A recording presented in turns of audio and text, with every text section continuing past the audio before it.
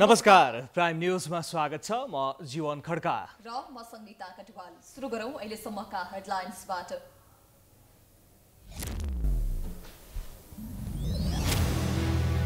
Set बाँडफाँडमा सहमति जुटाउन गठबन्धनका शीर्ष नेताहरू र कार्यदलका सदस्यहरूबीच छलफल।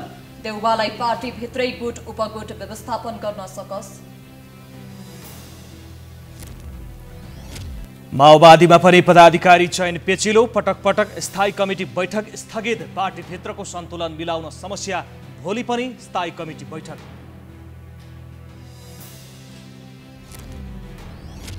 नेपालसँगको सीमा नाकामा चीनको अघोषित नाकाबन्दी जारी। नेपाली व्यापारीको अरबौंको सामान अलपत्र। अझै कोरोना र भूकम्पको बहाना, कूटनीतिक पहल शून्य। काठमाडौँ उपत्यकाका अस्पतालहरू डेङ्गुका बिरामीले भरिभराउ। 61 जिल्ला प्रभावित। साँझपख लामखुट्टेको टोकाइबाट बस्न चिकित्सकको सुझाव। देशका प्रमुख शहरहरूमा सडकको दुरावस्था। बोटवलको मुख्य सडक निर्माण अलपत्र। बोटवलवासीलाई शास्ति, तत्काल निर्माण अघि नबढाए ठेक्का तोड्ने चेतावनी। फिनल्यान्डकी प्रधानमन्त्री साना मरिन मदिरा खाएर नाचिरहेको भिडियो सार्वजनिक भइसके विवादमा आफूले गैर कानुनी काम नगरेको जवाब।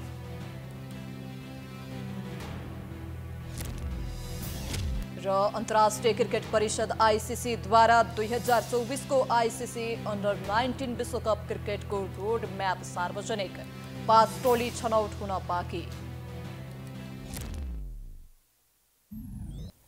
प्राइम न्यूज अब विस्तारमा।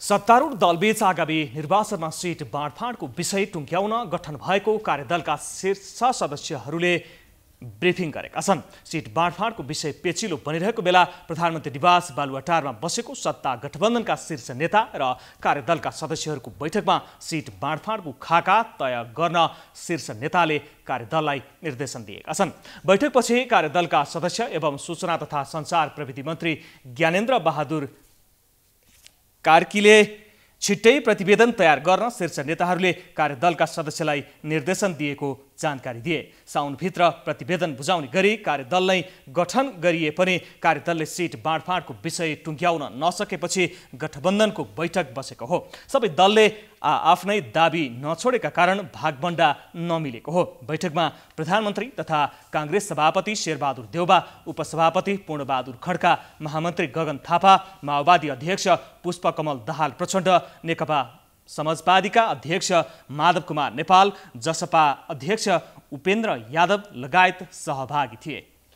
सत्तारूढ दलका शीर्ष नेता र सीट बाँडफाँडको लागि बनेको कार्यदलको बैठक सकिएको छ। बैठकको निष्कर्ष के भयो र के कस्ता कुराहरूमा सहमति भएको छ भन्ने जानकारी दिनको लागि यति बेला प्रत्यक्ष रूपमा हाम्रा सहकर्मी केशव राज जोशी बालुवाटारमा हुनुहुन्छ। अब यहाँको ध्यान हामी बालुवाटारतर्फ केन्द्रित गर्दैछौँ।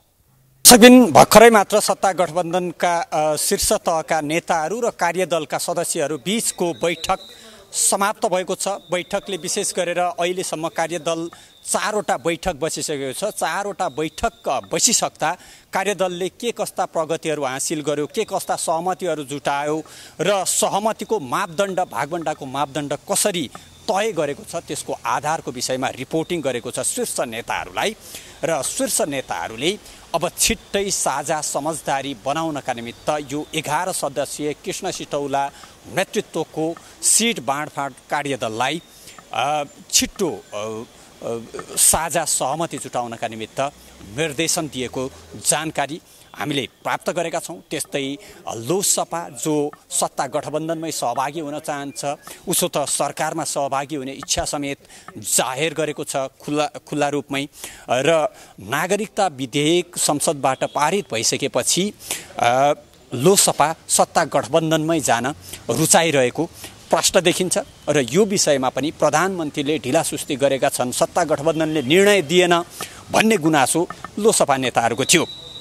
र आजको बैठकमा प्रधानमन्त्री शेरबहादुर देउवाले लोकसभाका नेताहरू पनि सत्ता गठबन्धनमै सहभागी हुन चाहन्छन् भनेर विषय प्रवेश गराएका छन्। र विषय प्रवेश गराएसँगै अन्य नेताहरूले यो विषयमा शीर्ष तहबाटै टुङ्गो लगाउने निर्णय गरेका छन्। शीर्ष तहका नेताहरू बसेर लोसपा नेताहरू र शीर्ष तहका सत्ता गठबन्धनमा अहिलेको सत्ता गठबन्धनमा रहेका शीर्ष तहका नेताहरू र लोसपाका नेताहरू बसेर यसको अन्तिम टुङ्गो लगाउने निर्णय भएको छ र छिटोभन्दा छिटो निर्णयमा पुग्ने साझा समझदारी बनाउने विषयले शीर्ष तहको बैठक यो कार्यदल सहितको शीर्ष तहको बैठकमा विषय प्रवेश गराएका छन्। औपचारिक रूपमा यो नयाँ भएको छ भने अन्य विषय कार्यदल अहिले पनि अनिर्णयमा छ।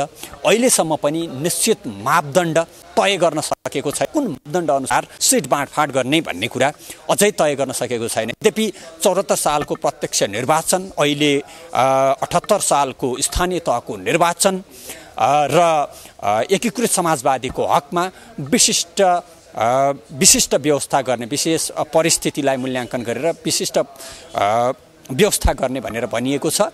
तर मूर्त रूपमा अहिलेसम्म कार्यदलले कुनै ठोस प्रस्ताव भने प्रस्तुत गर्न सकेको छैन। यो अवस्थामा बसेको बैठकले यहाँसँग जोडिनेछौँ। हजुर, उहाँ हुनुहुन्थ्यो हाम्रा संवाददाता केशवराज जोशी। बालुवाटारमा सत्तारूढ दलका शीर्ष नेता र सिट बाँडफाँडको लागि बनेको जुन कार्यदल थियो यसको बैठक सकिएको छ र बैठकले विभिन्न निर्णयहरू पनि गरेको छ र अब कसरी अगाडि बढ्ने भन्ने निष्कर्षमा पनि पुगेको छ। अब बाँकी न्युज।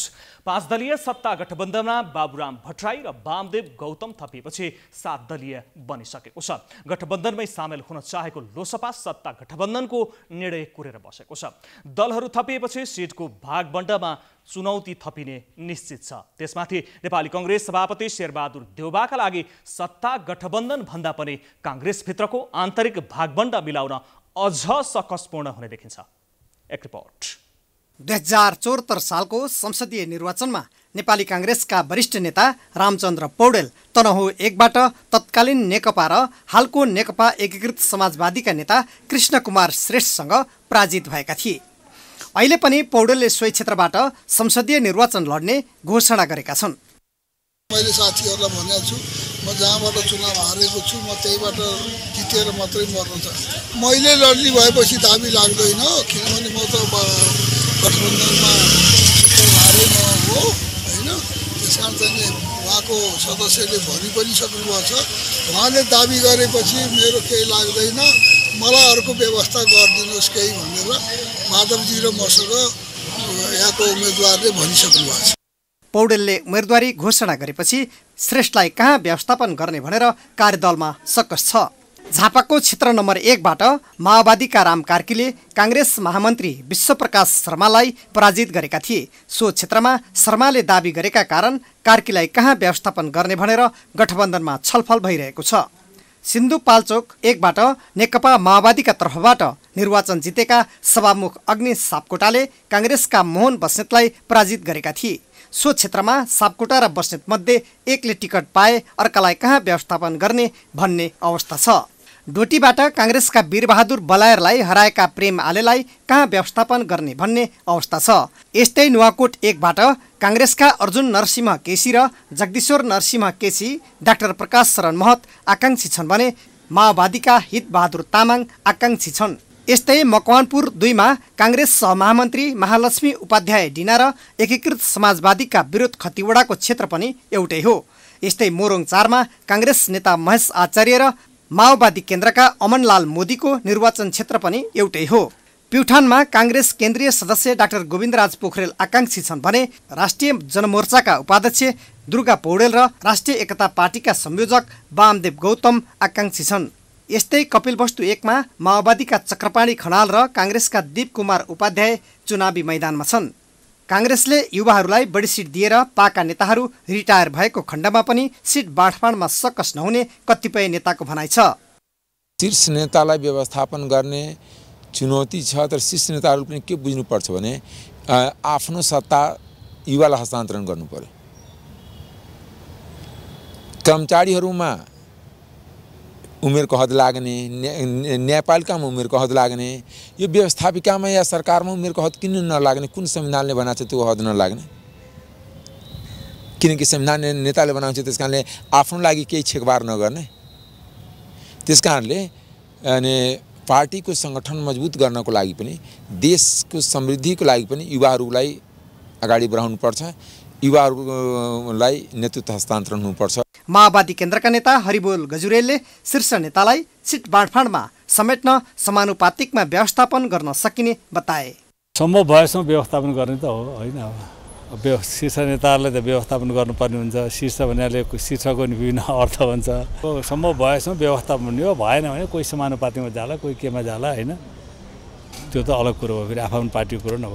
शीर्ष नेतालाई निर्वाचनमा जिताउने तथा निर्वाचन क्षेत्र संवेदनशीलतालाई हेरेर समेत सिटमा तालमेल गर्नुपर्ने भएकाले गठबन्धनको कार्यदलमा थप समस्या देखिएको छ। Political bureau Prime HD Kathmandu. नेकपा माओवादी केन्द्रको महाधिवेशन सकिएको 1 वर्ष पुग्न लाग्दा पनि पार्टीको पदाधिकारी चयन अलपत्रमा छ। गत पुसमा अपूर्ण केन्द्रीय कमिटी बनाएर महाधिवेशन सम्पन्न भएको थियो। पहिलो केन्द्रीय कमिटीको बैठकबाट अध्यक्षमा पुष्पकमल दाहाल प्रचण्डलाई चयन गर्न बाहेक माओवादीले पदाधिकारी छान्न सकेको छैन। एक रिपोर्ट। गत पुसमा माओवादीले धुमधामको साथ महाधिवेशन सम्पन्न गर्यो, तर महाधिवेशनले पार्टीको अध्यक्षमा पुष्पकमल दाहाल प्रचण्डलाई चयन गर्न बाहेक अरू पदाधिकारी चयन गर्न सकेन। यस्तै असार 23 गते बसेको केन्द्रीय कमिटीको बैठकले केन्द्रीय कमिटी र पोलिट ब्युरो कमिटी गठन त गर्यो, तर पदाधिकारी चयन हुने सम्भावना देखिएन। कुल 21 सदस्यीय पदाधिकारी रहने निर्णय गरेको केन्द्रीय कमिटीले अध्यक्षको रूपमा प्रचण्डलाई चयन त गर्यो, तर बाँकी 20 जना पदाधिकारी चयनको प्रक्रिया पटक पटक सरिरहेको छ। महासचिवका लागि पार्टीमा दौडधुप राम्रैसँग चल्यो। महासचिव हुन सबैभन्दा धेरै जोडबल स्थायी समिति सदस्य एवं अर्थमन्त्री जनार्दन शर्मा र अर्का स्थायी समिति सदस्य वर्षमान पुनको थियो। पार्टी अध्यक्ष प्रचण्डले नेता पुन उपचारका लागि चीन गएकाले तत्कालै पदाधिकारी चयन गर्न नसकिने बताउँदै आएका थिए, तर नेता पुन आइसकेपछि पनि पदाधिकारी चयनका लागि बोलाइएको बैठक निरन्तर स्थगित भइरहेको छ। बैठक शनिबार फेरि बस्दैछ। यसरी पटक पटक बैठक स्थगित हुँदा माओवादीमा किन पदाधिकारीको चयन हुन सकेको छैन भन्ने प्रश्न जोडतोडले उठिरहेको छ।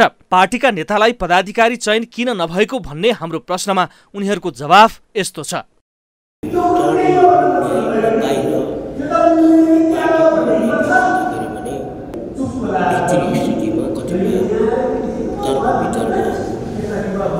पार्टीको भित्र काम गर्न नसकेका आदि इत्यादि कुराहरू किन टुङ्गिएन भन्ने बात विचारहरू बाहिर आएका छन् र अब त चाँडै नै यसको समाधान हुन्छ भन्ने कुरामा हामी गएका छौँ र भोलि भन्ने बैठक छ, सायद भोलि टुङ्गो लागिसक्छ।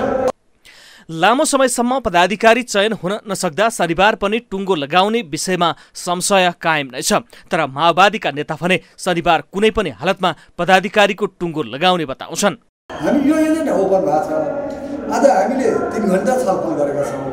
प्रत्येक पात्रको बारेमा छलफल गरेका छौँ। उहाँको इच्छा आकाङ्क्षाको बारेमा पनि हामीले बुझेका छौँ। सबै थोक केन्द्रीय सेन्ट्रल स्थायी समितिमा आज विहङ्गम छलफल भएको छ। त्यसले गर्दा भोलि यो फाइनल गर्नु मात्रै बाँकी भयो। माओवादीका शीर्ष नेताले स्थानीय निर्वाचन लगायतका विभिन्न कारणले पदाधिकारी चयन हुन नसकेको बताए पनि पार्टीभित्रको शक्ति सन्तुलन मिलाउन प्रचण्डलाई सकस भएका कारण पदाधिकारी चयन लम्बिएको बताइएको छ। प्राइम एचडीका लागि सुष्मान विश्वकर्मा, काठमाडौँ।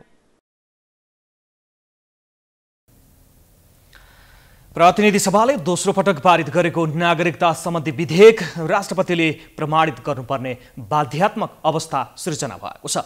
राष्ट्रपति भण्डारीले विधेयक प्रमाणीकरण नगरी पुनर्विचार गर्न भन्दै फिर्ता पठाएको विधेयक पुनर्विचार नै नगरी बुधबार प्रतिनिधि सभाले पारित गरेपछि राष्ट्रपति समक्ष थप नैतिक सङ्कट उत्पन्न भएको छ। दोस्रो पटक पनि राष्ट्रपतिले विधेयक प्रमाणीकरण नगरे उनलाई संसदले महाअभियोग लगाउन सक्ने कानुनका जानकारको भनाइ छ। एक रिपोर्ट। प्रतिनिधि सभाको बिहिबारको बैठकले बहुचर्चित नागरिकता सम्बन्धी विधेयक पुनर्विचार नै नगरी हुबहु पारित गरेको छ। राष्ट्रपति भण्डारीले लिखित असहमति सहित पुनर्विचार गर्न फिर्ता पठाएको विधेयक संसदको बहुमतले पारित गरेपछि राष्ट्रपति भण्डारी समेत नैतिक सङ्कटमा परेको भन्नेहरू पनि छन्। संविधानको धारा 113 को उपधारा 4 अनुसार पुनर्विचार गर्न दिने अवसर अनुसार संसदले जस्ताको तस्तै पुनः पारित गरेको कारण नागरिक विधेयक सभामुखले पठाएको 15 दिनभित्र राष्ट्रपतिले प्रमाणीकरण गर्नुपर्ने बाध्यात्मक अवस्था छ। फेरि पनि राष्ट्रपतिले आनाकानी गरेर विधेयक प्रमाणीकरण नगरे संसदले राष्ट्रपति भण्डारीलाई महाभियोग लगाउन अधिकार सुनिश्चित भएको वरिष्ठ अधिवक्ता यदुनाथ खनालको भनाइ छ। दुवै सदनबाट त्यो विधेयक फेरि पुनर्विचार भएर राष्ट्रपति समक्ष गइसकेको परिप्रेक्ष्यमा राष्ट्रपतिलाई त्यो अवसर अब फिर्ता गर्ने, अब प्रमाणीकरण नगर्ने कानुनी व्यवस्था, संवैधानिक व्यवस्था उहाँलाई छैन। उहाँ बाध्यात्मक व्यवस्था छ, बाध्यात्मक उहाँले प्रमाणीकरण गर्नै पर्छ। अब 15 दिनभित्र उहाँले आफ्नो दायित्व निर्वाह गर्नै पर्छ, प्रमाणीकरण गर्नै पर्छ। यदि प्रमाणीकरण गर्नु भएन भने पार्लियामेन्टलाई अथवा संसदलाई महाभियोग लगाउन ओपन छ। नेपाली पुरुषले विदेशी युवती विवाह गरेर ल्याएको अवस्थामा विदेशी बुहारीलाई तत्काल नागरिकता दिने प्रावधानमा प्रमुख प्रतिपक्षी दल नेकपा एमाले विमति राख्दै आएको थियो। एमाले विदेशी बुहारीलाई नागरिकता दिनलाई विवाह भएको कम्तीमा 7 वर्ष अवधि हुनुपर्ने अडानमा थियो। तर सरकारले विधेयकमा 7 वर्षीय प्रावधान हटाएको विधेयक जस्ताको तस्तै पारित गरेको हो। संसदले पारित गरेर पठाएको विधेयकलाई राष्ट्रपतिले 15 दिनभित्र प्रमाणीकरण गर्ने वा पुनर्विचारका लागि फिर्ता पठाउन सक्ने कानुनी प्रावधान भए पनि दोस्रो पटक पारित गरेर पठाएको अवस्थामा अब राष्ट्रपतिले विधेयक प्रमाणीकरण गर्नुको विकल्प नभएको कानुनका जानकारको भनाइ छ। संविधानको संरक्षक राष्ट्रपतिले पुनर्विचार गर्न पठाएको अवस्थामा पर्याप्त छलफल नै नगरी पुनः जस्ताको तस्तै पारित गरेको भन्दै प्रमुख प्रतिपक्षी दल नेकपा एमाले आक्रोशित छ। व्यापक छलफल नगरिकन जुन बहुमतको भरमा छ भन्ने बलमा यो गरिरहेछ, भोलि उहाँहरूलाई नै पश्चाताप हुन्छ। यो विधि गइरहेछ। संसदीय मूल्य मान्यता मान्नेहरूका लागि त होला, संसदीय मूल्य मान्यता मान्नेको लागि यो बडा गम्भीर महँगो विषय हो। कतिपय सांसदले भने सरकारले राष्ट्रपतिले भने अनुसार पुनर्विचार नगरी विधेयक पारित गर्नुलाई राष्ट्रपति र प्रधानमन्त्री बीच तनाव सुरु भएको अर्थमा बुझेका छन्। संस्थाको इज्जत र प्रतिष्ठाको कुरा होइन यो, यसले राष्ट्रपति र प्रधानमन्त्रीको बीचमा तनाव सुरु भएको देखाउँछ। राष्ट्रपतिले यो चिजमा अब पुनरावलोकन गरे हुन्छ भनेर सरकारलाई संसदलाई पठाएपछि सरकारले त्यसलाई अगाडि बढाउनु पर्ने हो। अब त्यो नबढाइकन प्रस्तुत रूपमै जुन पठाए यसले राष्ट्रपति र प्रधानमन्त्रीको बीचमा तनाव सुरु भएको देखाउँछ। यो राम्रो सङ्केत होइन। सत्तारूढ दलले भने सार्वभौम संसदको दुवै सदनले पारित गरेर पठाएको विधेयकलाई पुनर्विचार गर्नु भनेर राष्ट्रपतिले फिर्ता पठाएकोमा गम्भीर आपत्ति जनाएका छन्। राष्ट्रपतिले जुन सन्देशसहित फिर्ता पठाए त्यो पठाउनु हुँदैन थियो र नागरिकता विहीन नेपाली नागरिकलाई बनाएर राख्नुहुन्न भन्ने म्यान्डेट छ। नागरिकता विधेयक राष्ट्रपतिले प्रमाणीकरण नगरी फिर्ता पठाएपछि नागरिकता नपाएका लाखौं नेपालीको संवेदनशीलतालाई राष्ट्रपतिले बुझ्न नसकेको भन्दै उनको आलोचना समेत भएको थियो। अब राष्ट्रिय सभाले पनि पारित गरेर सभामुखले प्रमाणित गरी प्रमाणीकरणका लागि पठाए संविधान अनुसार अब राष्ट्रपतिले विधेयक प्रमाणीकरण गर्नुको विकल्प देखिँदैन। Political bureau, prime SD, Kathmandu. चीनले सीमा नाकामा अघोषित प्रतिबन्ध लगाएको धेरै भयो। कूटनीतिक तहमा छलफल र उच्चस्तरीय भ्रमणमा नाका खोल्ने विषय उठे पनि समस्या ज्यूका त्यौं छ। नेपालमा चाडबाडको समय सुरु हुँदा सीमा नाकामा व्यापारीका अरबौंका सामान रोकिएका छन्, जसले गर्दा नेपालमा सामान महँगो हुने अवस्था त छँदैछ, चाडबाडमा सामान नै नपाउने स्थिति उत्पन्न हुन लागेको छ। एक रिपोर्ट। गत साउन 24 गतेदेखि 26 गतेसम्म परराष्ट्र मन्त्री डाक्टर नारायण खड्काले चीनको भ्रमण गरे। उच्चस्तरीय भ्रमणका क्रममा कोरोनादेखि अहिलेसम्म सहज ढङ्गले सुचारू हुन नसकेको व्यापारिक नाकाको विषयमा पनि छलफल भयो। भ्रमणपछि स्वदेश फर्किएर विमानस्थलमै पत्रकार सम्मेलन गरेका मन्त्री खड्काले कोरोनाका कारण नाका बन्द भएको सतही तर्क गरे। सँगसँगै नाका निर्वाध रूपमा सुचारू हुने पनि दावी गरे। अहिले सहमति पनि के भनेदेखि त्यो कोभिड नियन्त्रण भएपछि अहिले जुन तिब्बतमा एउटा लहर चलिरहेको छ कोभिडको, त्योलाई हाम्रो दुवैको एउटा संयन्त्र चाहिँ निर्माण गरेर यो कोभिड नियन्त्रण हुने बित्तिकै यतातिर दुईतर्फी खोल्ने र यता अर्को के अरे चार उसको चाहिँ एकतर्फी नाका खोल्ने भन्ने कुरा भएको छ। अब अहिले सायद कोभिड नै होला, कोभिडको जुन प्रकोपको जुन बढ्दो कारणबाट नै अहिले मलाई लाग्छ अलिकति केही रोकावट आएको होला। मन्त्रीले कोरोनाको कारण देखाए पनि व्यापारीहरू भने यो तर्क मान्न तयार छैनन्। चीन प्रवेश गर्न नदिए पनि उताबाट ल्याएको सामग्री झार्न समस्या नहुँदा पनि जबरजस्ती समस्या थपेको व्यापारीहरू बताउँछन्। उताबाट नाकामै आएका कन्टेनरमा रोक लगाएपछि व्यापारीका अर्बौं मूल्य बराबरका सामान केरुङमै रोकिएका छन्। नाका बन्द हुँदा दशैं, तिहार र जाडोका लागि आयात गरिएका लत्ता कपडा, जुत्ता, चप्पल लगायतका सामान रोकिएको व्यापारीको भनाइ छ। यसले एकातिर व्यापारीको अर्बौं रकम होल्ड भएको छ भने अर्कोतिर पर्वको मुखैमा सामान रोकिँदा बजारमा अभाव झेल्नुपर्ने र पर्व सकिएपछि सामान आए पनि व्यापार नै नहुने उनीहरूको गुनासो छ। अब यही तीजकै लागि अब तीजको व्यापार त होलसेलमा त सुरु भइसक्यो। हेर्नुहोस्, तीज आइसक्यो। तीजको लागि अब जस्तो लेडिजहरूले प्रयोग गर्ने चप्पलहरू हैन, स्यान्डलहरू अथवा चाहिँ त्यो लेडिजहरूले लाउने खालका सामानहरू जुन तीजमा खपत हुने सामानहरू व्यवसायहरूले मगाउनु भएको थियो, छिटो आउँछ भनेर यताबाट राख्नु भएको थियो, त्यो सामानहरू रोकिसक्यो। उहाँहरू मर्का परिसक्नुभयो।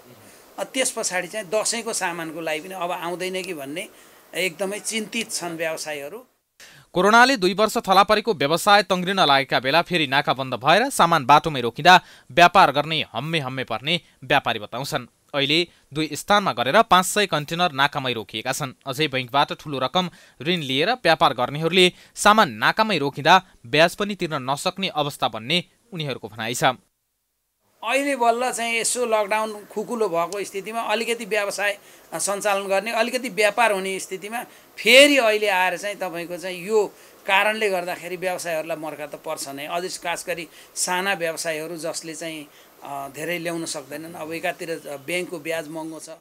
त्यसो त गत असार 30 गते भएको नेपाल चीन सीमा सम्बन्धी परामर्श बैठकमा कोरोना भाइरस मापदण्डलाई पालना गर्दै रसुवागढी नाकाबाट आयात बढाउने तथा निर्यात गर्ने सहमति भएको थियो। विभिन्न बैठक, उच्च स्तरीय छलफल र भ्रमण भए पनि नाकाको विषयमा भ्रमण र छलफलले नेपालमा व्यापार सहज हुने गरी प्रभाव पारेको छैन। यसले आम उपभोक्ताको चाडबाड अभाव र महँगीसँगै बित्ने पक्का जस्तै छ। त्यसैले यसअघिका सम्झौता कार्यान्वयन गर्न नेपालले चीन सरकारसँग प्रष्ट रूपमा आफ्ना समस्या समाधानका लागि पहल गर्न जरुरी छ।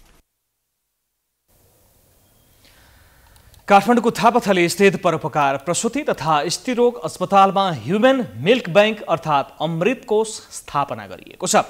आज एक कार्यक्रमका बीच राष्ट्रपति विद्यादेवी भण्डारीले अस्पतालको 63औं वार्षिक उत्सवका अवसरमा अमृत कोषको उद्घाटन गरेकी हुन्।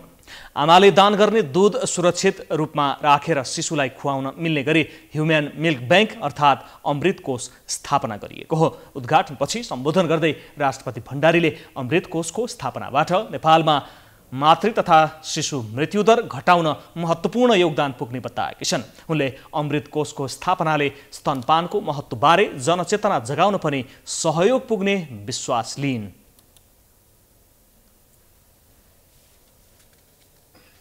अमृत कोषको स्थापनाबाट नेपालमा मातृ तथा शिशु मृत्युदर घटाउन महत्त्वपूर्ण योगदान पुग्नुका साथै स्तनपानको महत्त्वबारे जनचेतना जगाउन समेत सहयोग पुग्ने मैले विश्वास लिएको छु। अघिल्लो वर्ष सरकारले ह्युमन मिल्क बैंकको स्थापना गर्ने अवधारणा ल्याएको थियो। सरकारले त्यसका लागि करिब 1.5 करोड बजेट पनि दिएको थियो। सरकारले ल्याएको सोही अवधारणाले अहिले मूर्त रूप लिएको हो। खेर जाने अवस्थामा रहेको आमाको दुधलाई सङ्कलन गरेर निश्चित तापक्रममा भण्डारण गरी अत्यावश्यक अवस्थामा बच्चालाई दुध उपलब्ध गराउने माध्यम नै आमाको दुध भण्डारण अर्थात् ह्युमन मिल्क बैंक हो। आमाको दुध पर्याप्त नपुगेको र जन्मिने बित्तिकै आमाको दुध चुस्न नसक्ने अवस्थाका शिशुहरूको लागि यो सेवा बढी उपयोगी हुन्छ।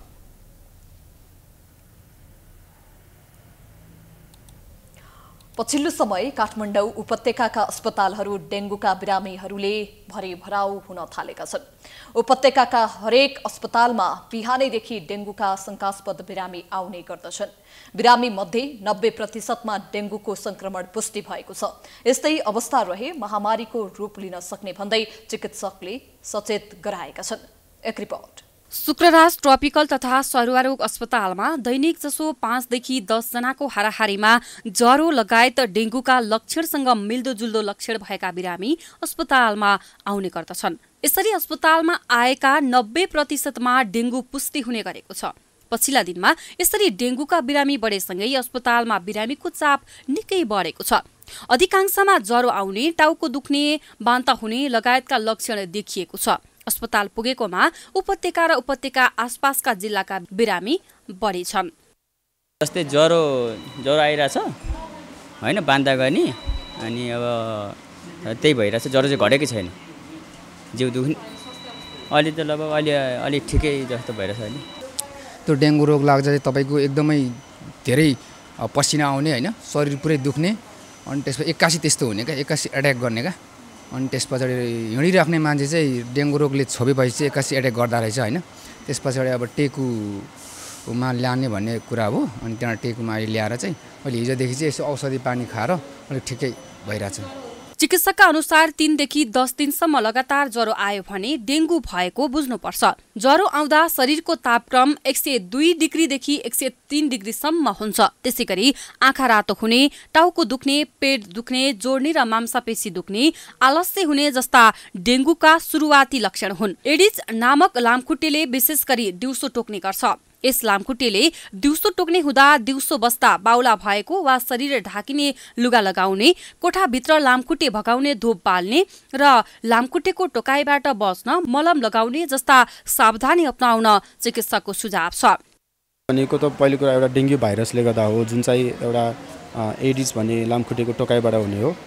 त्यही भएर हामीले चाहिँ सकेसम्म अहिले यो बर्खामा अब हामीले चाहिँ मेन चाहिँ लामखुट्टेको टोकाइबाट बच्नको लागि उपायहरू अपनाउनु पर्यो। जस्तै कि राति सुत्दाखेरि झोल लगाएर सुत्नु पर्यो, घर वरिपरि चाहिने सफासुग्घर राख्नु पर्यो, पानी जम्ने ठाउँहरूलाई सकेसम्म त्यसलाई व्यवस्थापन गर्नु पर्यो होइन। अनि घर वरिपरि झाडी यस्तो केही छ होइन, पानी जम्ने ठाउँहरू चाहिँ सकेसम्म हामीले चाहिँ त्यसलाई व्यवस्था गर्नु पर्यो, एकदम सुक्खा राख्नु पर्यो। उपत्यका लगायत 61 जिल्लामा डेङ्गुको प्रकोप फैलिसक्दा बल्ल एपिडेमियोलोजी तथा रोग नियन्त्रण महाशाखाले नियन्त्रण र निदानका लागि जनचेतनामूलक कार्यक्रम र डेङ्गु फैलाउने लामखुट्टेको लार्वा खोज र मार अभियान सुरु गर्ने तयारी गरेको छ, जसका लागि 139 स्थानीय निकायका लागि 2 करोड 33 लाख बजेट छुट्याइएको छ।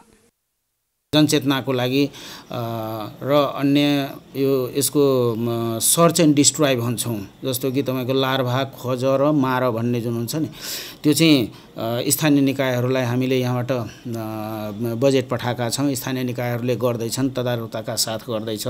139 वटा स्थानीय निकायमा 2 करोड 33 लाख हामी पठाएका छौँ र 7 वटा प्रदेशमा अनि 66 वटा जिल्लामा, प्रदेशमा पनि बजेट राखेका छौँ र 66 वटा जिल्लामा पनि बजेट राखेका छौँ। गत माघदेखि अहिलेसम्म 1126 जना डेङ्गुबाट संक्रमित भएका छन्, तर हालसम्म कसैको पनि मृत्यु भएको छैन। डेङ्गुबाट सबैभन्दा बढी ललितपुर जिल्ला प्रभावित भएको छ। ललितपुरमा 264, रूपन्देहीमा 225, काठमाडौँमा 85, धादिङमा 58 र सिन्धुलीमा 48 जनामा डेङ्गु पुष्टि भएको छ। पछिल्लो 2 महिनामा डेङ्गु संक्रमितको संख्या हत्तै बढेको महाशाखाका प्रमुख दास बताउँछन्। डेङ्गुबाट प्रदेश नम्बर 1 मा 84 संक्रमित हुँदा गण्डकी प्रदेशमा 48 जना छन्। त्यसैगरी सुदूरपश्चिम प्रदेशमा 46 र मध्य प्रदेशमा 21 जनामा सबैभन्दा कम डेङ्गु कर्णाली प्रदेशमा 18 जना संक्रमित भएका छन्। सन् 2019 मा धरानबाट सुरु भएको डेङ्गुले महामारी नै ल्याएको थियो। त्यस वर्ष 18,000 भन्दा बढी डेङ्गुबाट संक्रमित तथा 6 जनाको मृत्यु भएको सरकारी तथ्याङ्क छ। पछिल्लो समयको डेङ्गुको केस हेर्ने हो भने उपत्यकामा यसले महामारीको रूप नलेला भन्न सकिँदैन। यस विषयमा सम्बन्धित निकायको बेलैमा ध्यान जान आवश्यक रहेको छ। प्राइम टाइम्स टेलिभिजनका लागि क्यामेरामा मिलन प्रजापतिका साथ सृजना कार्की, काठमाडौँ। राष्ट्रपति विद्यादेवी भण्डारीले श्रीकृष्ण जन्माष्टमीका अवसरमा पाटन स्थित कृष्ण मन्दिर गई भगवान श्रीकृष्णको पूजा एवं दर्शन गरेकी छिन्। प्रत्येक वर्ष भाद्र कृष्ण जन्माष्टमीका दिन राष्ट्राध्यक्षले पाटन कृष्ण मन्दिरमा पूजा एवं दर्शन गर्ने परम्परा रहिआएको छ। सो अवसरमा राष्ट्रपति भण्डारीले मन्दिरका पुजारीबाट फूल एवं प्रसाद ग्रहण गरेकी हुन्। 17औं शताब्दीमा राजा सिद्धि नरसिंह मल्लका पालामा निर्माण भएको उक्त मन्दिरमा श्रीकृष्ण जन्माष्टमीका दिन विशेष मेला लाग्ने गर्छ।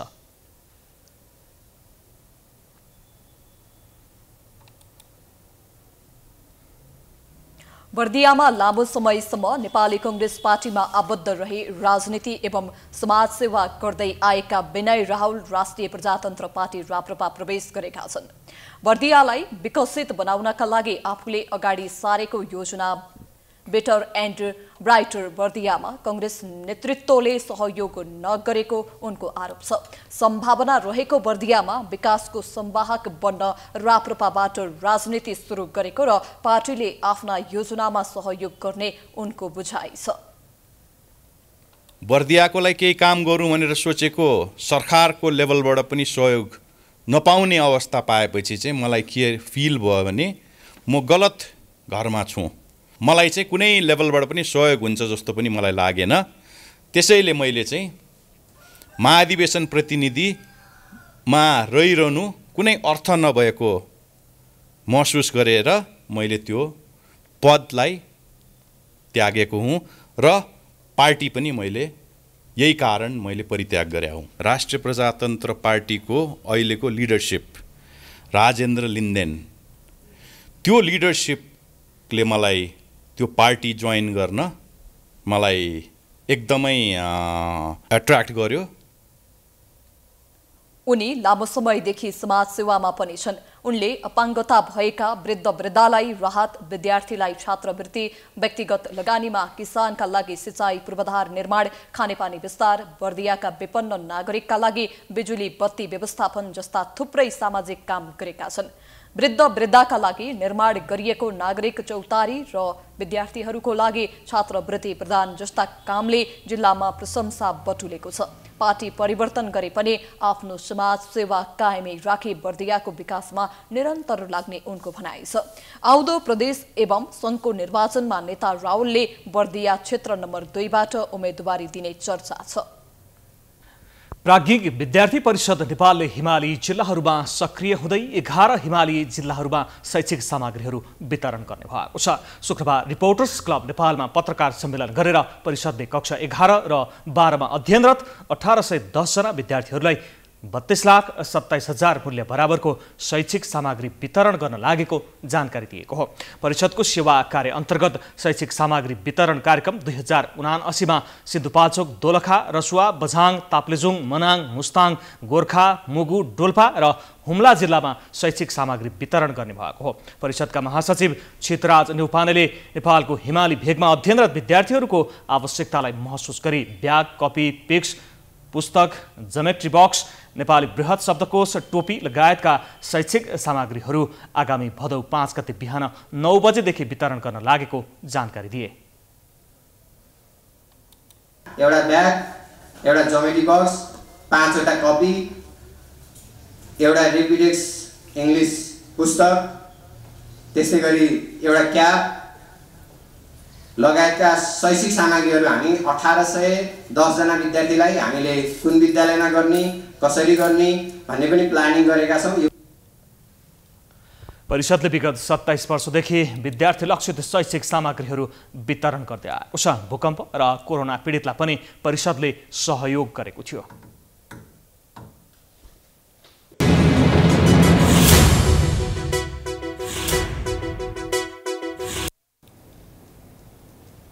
ब्रेकपछि पुनः स्वागत छ। अब बिजनेस न्यूज।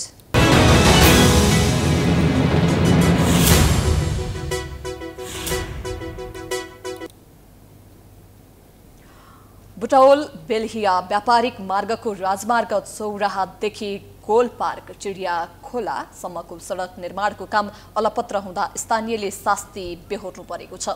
सडक निर्माण कम्पनीलाई पटक पटक ताकेता गर्दा समेत काम नभएपछि सडक विभाग र बुटवल उपमहानगरले तत्काल निर्माणको काम अगाडि नबढाए ठेक्का तोड्ने र वैकल्पिक व्यवस्था गर्ने सम्मको चेतावनी दिएको छ। एक रिपोर्ट। अलपत्र सडक निर्माणका लागि बुटवल क्षेत्रमा विशेष अनुगमन समिति तथा सहजीकरण समिति निर्माण गरी कामलाई प्रभावकारी बनाउने प्रयास भइरहेको छ। समितिले निर्माण व्यवसायीबाट 3 दिनभित्र सडकको बेस तयार गर्ने काम बिहिबारदेखि थाल्ने र 3 दिनभित्रमा बेस तयार नभई काम अघि नबढेमा सडक विभागलाई ठेक्का तोड्ने र वैकल्पिक व्यवस्था गर्ने गरी सिफारिस गर्ने निर्णय गरेको छ। बैठकले विद्युतका पोलहरू सबै समयमै नसारेकाले गाड्नुपर्ने स्थानमा 2 दिनभित्रमा सम्बन्धित निर्माण व्यवसायीलाई गाड्न लगाउने वा तत्काल गाड्न नसकिएको वा गाड्न नपर्ने पोलहरू एकीकृत गरी व्यवस्थित गर्न विद्युत प्राधिकरणका कार्यालय प्रमुखलाई जिम्मेवारी तोक्ने निर्णय गरेको छ। यस्तै खानेपानी पाइपहरू व्यवस्थित गरी गाड्नुपर्ने वा नपर्ने यकिन गरी 3 दिनभित्र उचित व्यवस्थापनका लागि खानेपानी संस्थान कार्यालयलाई जिम्मेवारी तोक्ने निर्णय भएको विशेष अनुगमन तथा सहजीकरण समितिका संयोजक टेकराज पन्थीले जानकारी दिए। यो विस्तारित सडक आयोजनाको अनुगमन तथा सहजीकरण समितिले अहिलेसम्म भएका प्रगतिको समीक्षा भयो र त्यसमा ठेकेदार पक्षबाट निर्माण व्यवसाय पक्षबाट सन्तोषजनक काम नभएकोले हामीले चाहिँ ठेक्का तोड्ने पक्षमा पनि छलफल गऱ्यौँ। तर ठेकेदारको पक्षको तर्फले पेम्बा भन्ने हुनुहुन्थ्यो, उहाँले सुधीर र पेम्बा भन्ने दुवैजना उपस्थित भएर हामीलाई 3 दिनको समय दिनुहोस्, हामी आज रात भोलि र भोलि दिउँसोसम्म ग्रेडर लगाउँछौँ, त्यसपछि 3 दिनभित्रमा हामी बेस राखेर काम सुचारू गर्छौँ, अन्तिम चाहिँ हामीलाई 3 दिन समय दिनुहोस्। यदि 3 दिनभित्र हामीले कार्यप्रगति गर्न सकेनौँ भने ठेक्का तोड्नेतर्फ सिफारिस गर्दैमा हाम्रो मन्जुर छ भन्ने किसिमले भएर त्यही किसिमले निर्णय पनि भयो। बैठकले नेपाल टेलिकमको ट्राफिक चोकमा भएको म्यानुअल चेम्बरलाई 7 दिनभित्र सबै कार्य सम्पन्न गर्ने व्यवस्थापनका लागि नेपाल टेलिकमको निर्देशनालयका निर्देशकलाई जिम्मेवारी तोकेको छ। सडक निर्माणको काम अलपत्र हुँदा वर्षातको समयमा पानीको निकास नहुँदा सडक जलमग्न हुने गरेको छ। त्यस्तै घाम लागेको समयमा धुलोका कारण व्यापार व्यवसायमा समेत प्रभाव परेको स्थानीयको गुनासो छ। अहिले यो चाहिँ राजमार्ग चौडादेखि चाहिँ गोलपार्कसम्मको बाटो बिग्रेर गाडी पनि सब एकदमै छिटो खराब, तेल बढी खाने, गाडी बिग्रिने, मान्छेलाई धुलो धुवाँले चाहिँ शास्ति, यो चाहिँ हर समस्याले गर्दा हामी पब्लिकहरू साह्रै कठिन ठुलो समस्यामा परेका छौँ। सकेसम्म सम्पूर्णको चाहिँ गुनासोलाई सुनेर चाहिँ यहाँका जनप्रतिनिधिहरूले चाहिँ यो बाटो बनाउने चाहिँ पहलकदमीमा छिटोभन्दा छिटो जोड दिँदा सबैको चाहिँ राहत हुन्थ्यो। हामीले यत्रो करोडौँ लगानी गरेर यत्रो व्यवसाय सुरु गरेका छौँ, धुलो धुवा खाल्टाखाल्टी, अनि मान्छे यहाँ आएर एउटा पार्किङ गरौँ भने पनि पार्किङ गर्ने ठाउँ छैन, जानेर पनि बाटो बनाएर बिगारेर मात्र छोडिदिएको छ। त्यसले गर्दाखेरि चाहिँ हिजो एउटा कोभिडले चाहिँ हिजो धराइ चाहिँ पर्यो र अस्तिले पनि यहाँ नानी बनाउँदाखेरि 3-4 महिना व्यवसाय बन्द गरेकै हो। त्यसको लागि चाहिँ न हामीलाई सब्सिडी भनेर न केन्द्रले दिन्छ, न घरबेटीबाट सब्सिडी पाइन्छ, न कुनै पनि पार्टीबाट सब्सिडी पाइन्छ। निर्माण कम्पनीको चरम लापरवाही र नियमनकारी निकाय, डिभिजन सडक कार्यालय र बुटवल बेलहिया व्यापारिक मार्ग विस्तार आयोजनाले चासो नदिँदा 6 लेनको 3.5 किलोमिटर सडक 6 वर्षदेखि अलपत्र परेको छ। निर्माण कम्पनी द कञ्चनजङ्घा बिरुवा जेबीले अन्तिम पटकका लागि भन्दै थपिएको म्याद पनि यही असार 30 गते सकिएको छ। तर सडकको भौतिक प्रगति हालसम्म करिब 30% मात्रै सम्पन्न भएको छ। प्राइम एसडीका लागि रूपन्देहीबाट प्रदीप आचार्यको रिपोर्ट। यो सँगै हामी प्राइम न्युजको अन्त्यमा आइपुगेका छौँ। जाँदा जाँदै हेडलाइन्स पुनः एकपटक। सेट बाँडफाँडमा सहमति जुटाउन गठबन्धनका शीर्ष नेताहरू र कार्यदलका सदस्यहरूबीच छलफल, देउवालाई पार्टीभित्रै गुट उपगुट व्यवस्थापन गर्न सकस।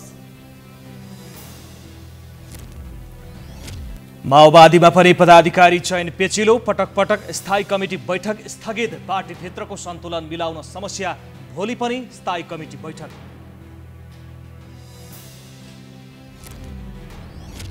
नेपालसँगको सीमा नाकामा चीनको अघोषित नाकाबन्दी जारी, नेपाली व्यापारीको अरबौंको सामान अलपत्र, अझै कोरोना र भूकम्पको बहाना, कूटनीतिक पहल शून्य।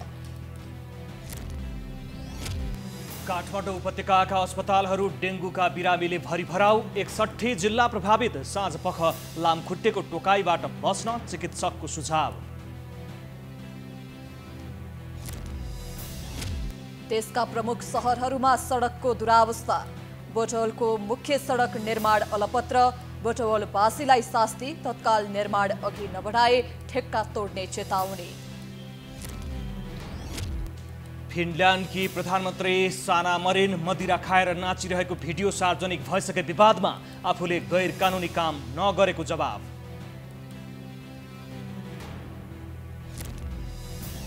र अन्तर्राष्ट्रिय क्रिकेट परिषद आईसीसी द्वारा 2024 को आईसीसी अन्डर-19 विश्वकप क्रिकेटको रोड म्याप सार्वजनिक, 5 टोली छनौट हुन बाँकी।